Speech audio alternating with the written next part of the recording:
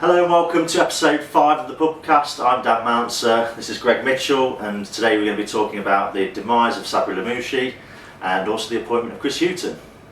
So, where to begin? I can't believe we've had 5 episodes. I know, yeah, we're still not kicked off yet. Yeah, I mean, obviously, Lamouchi's gone. I think we both agreed that he probably deserved another crack at it, but results haven't been good enough and they've rolled the axe. I was amazed that they obviously kept him after last season, but the good thing is they gave him a shot.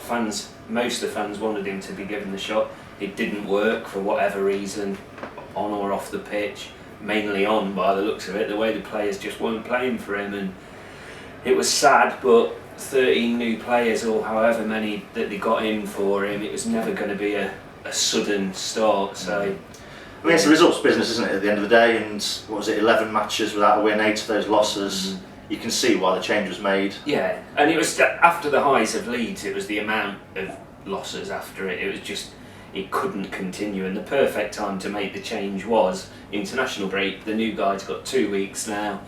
You know, there's plenty of videos. Forrester already putting him out. He's busy on that training pitch, so it's good signs. And what about the appointment of Chris Hughton as right man for the job? Delighted. I honestly thought we wouldn't get him. I thought it's going to be an unheard, someone who's been with Olympiacos before or whatever, maybe good in the Greek second division or something. And people kept saying Hughton. I thought, no chance. We're not going to get that calibre of manager. And it has annoyed me slightly. Everyone keeps saying, oh, he's defensive, he's too defensive. Well, you speak to Newcastle fans and they all said in the Championship we were attacking, free-flowing, exciting football.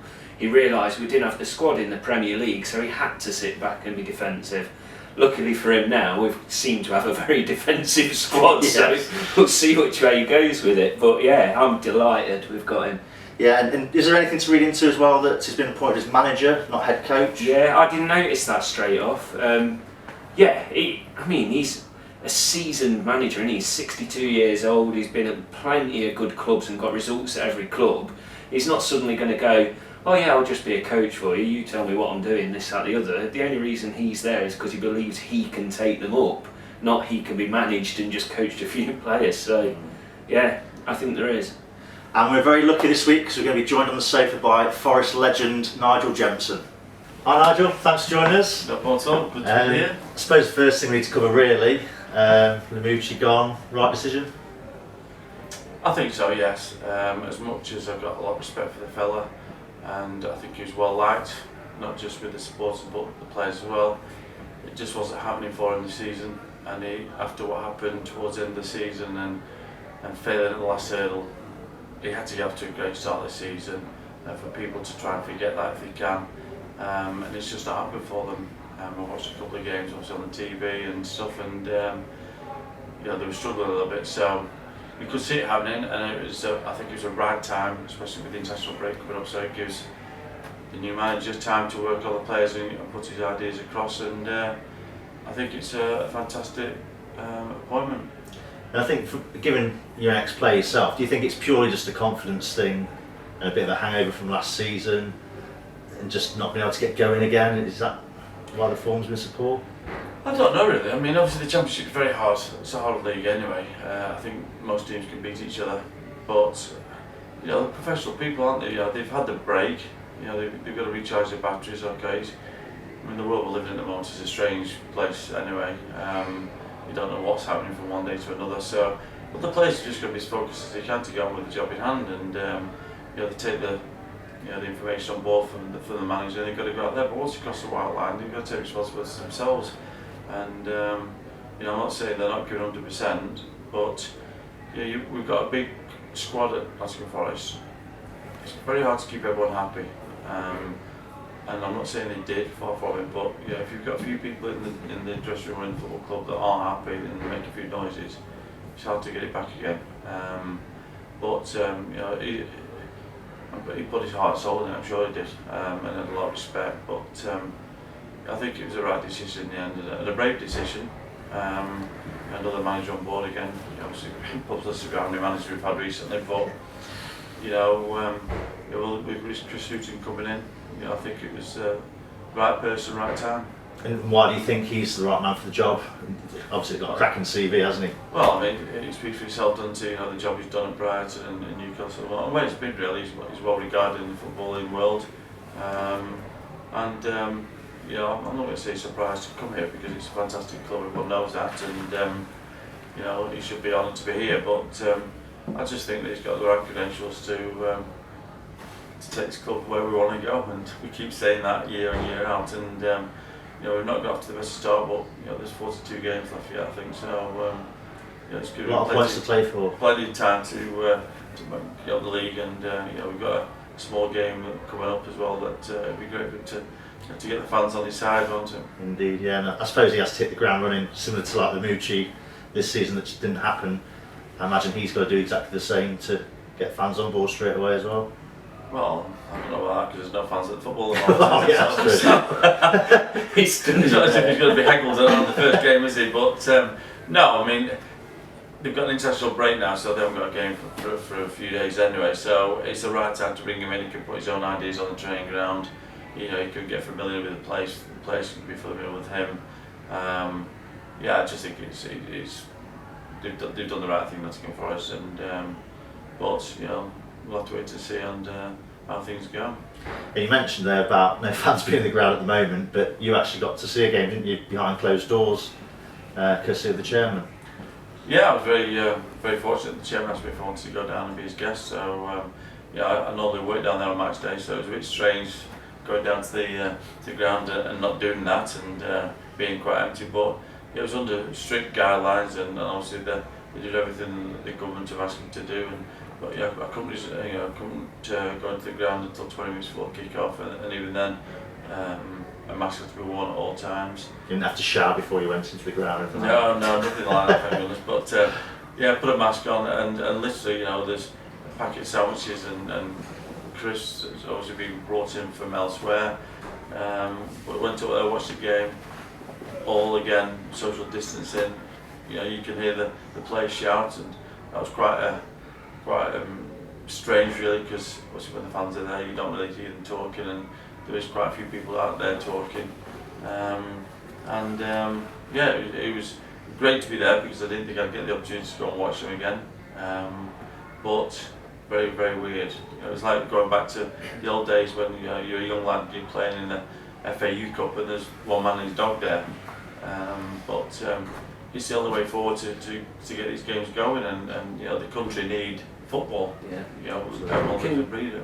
Can I ask you about that? Sure.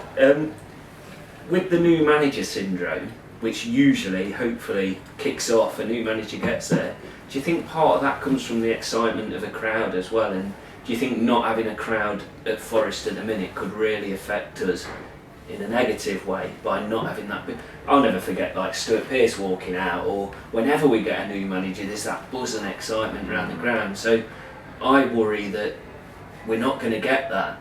Do you think that could be It's catch-22 that is, because I was there obviously when Pearce came in, and it was amazing. You know, for moments at the Forest ground, that has to be up there with one of the greatest. You know, it put hairs on my back of my neck and stuff. But I actually thought, with the crowd not being there last season, that did us a world of good, because I know how nervous the fans are, and you know the expectations they've got to the football club, and you know they're desperate to get back to where we should be. But we've got to earn the right to be back there. So I thought it would help us, and obviously go to some games. I think it did. So now the new manager's coming in, will that make a difference? No, I don't think it will towards us in the crowd. I mean, he'll know about it from distance. You know what a buzz it obviously around the city, but you know, it's a dressing room, the most important thing. It's getting the players believing again that they are good enough to be certainly up in the top half a dozen or so, and bringing that positive vibes back into the football club, which was probably a bit low at the moment. So players do feel it then? Is there sometimes a relief for you? Obviously you must know that when that new manager comes in, is there like that finally there's a...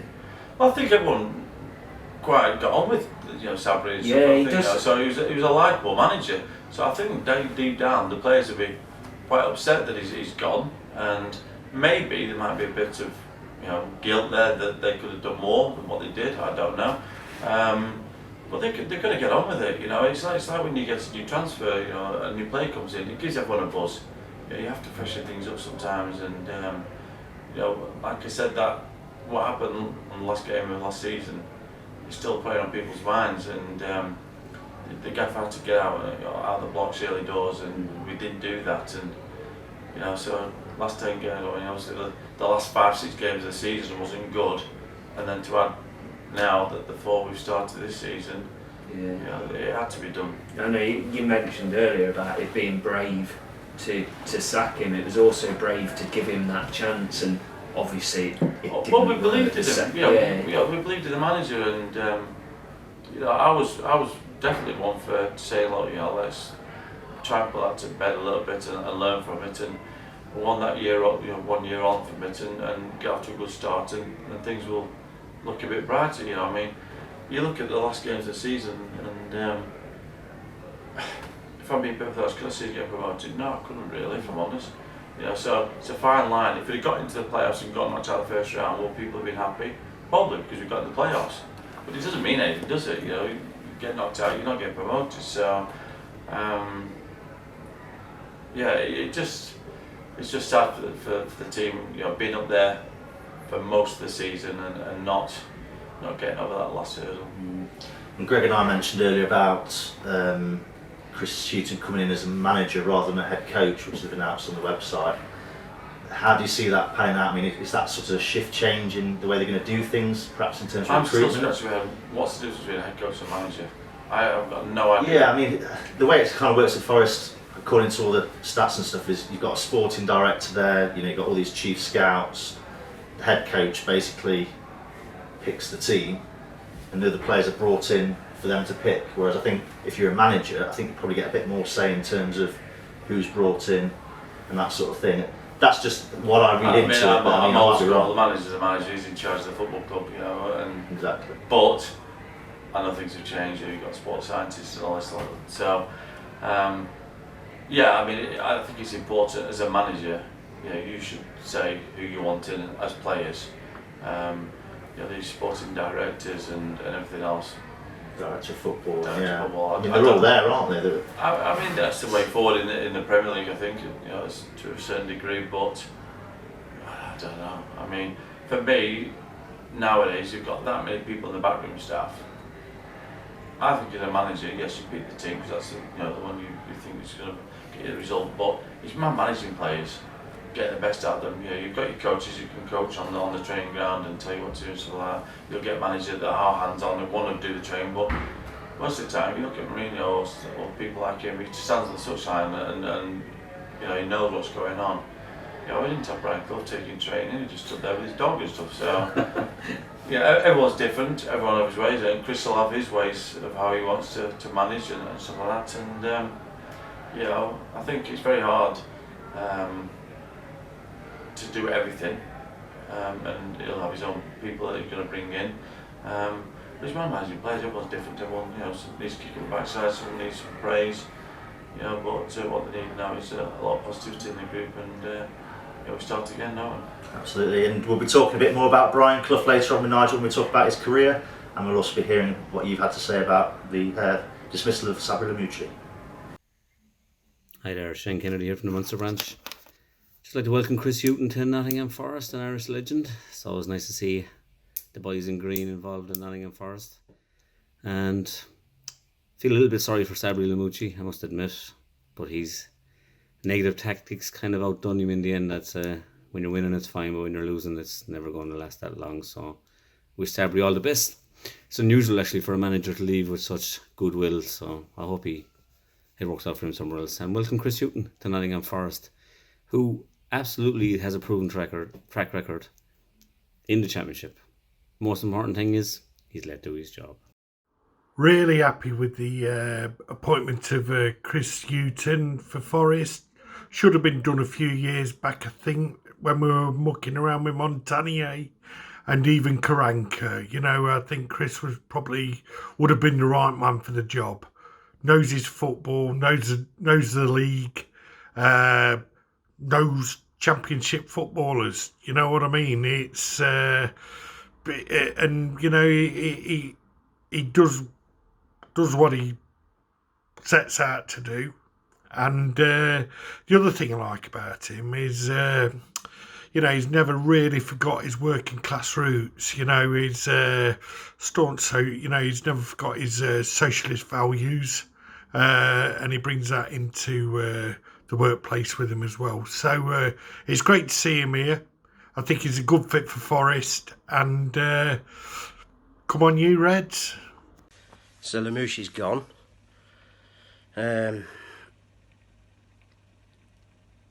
Probably not a big surprise, was it? I think the writing was on the wall, really. I think, to be fair to him, I mean, if you'd have asked me when he arrived, if we'd have took the position we were in at the end of the season, I'd have said, yeah, we'll take that. Perhaps not what happened on the last day, that was a bit of a debacle, but I think he brought a bit of life back into the club with the fans and that. I mean, some of the atmosphere down there was electric, and there were some good times. There were some bad results, but there were some good results as well. Derby games, pretty good, weren't they? So Lamouchi's gone, and Chris Hughton's in. Good appointment, I think, really. I think what he did at Brighton was good. He's got a good past track record, hasn't he, with clubs and promotion. When they did get promoted, Brighton, I'm not saying I watched many of their games, but when they first got promoted, I watched them play a couple of times, and I thought they looked pretty good. So yeah, excited to see what he can do with us, and hopefully things will get better. Right, Lamouchi, yes, he had to go. I'm surprised he didn't go before he did, because as we know, Mr. Marinakis is a bit trigger happy. So he's gone. Chris Hughton, very fine player, of course, remember him for Tottenham, mainly for Tottenham, very good player indeed, and other clubs. And yes, good management appointment. He's done it at that level, he knows that division inside out, and he's taken several clubs up, and if he's given the time, which he may not be, but if he's given the time, he'll do us a good job.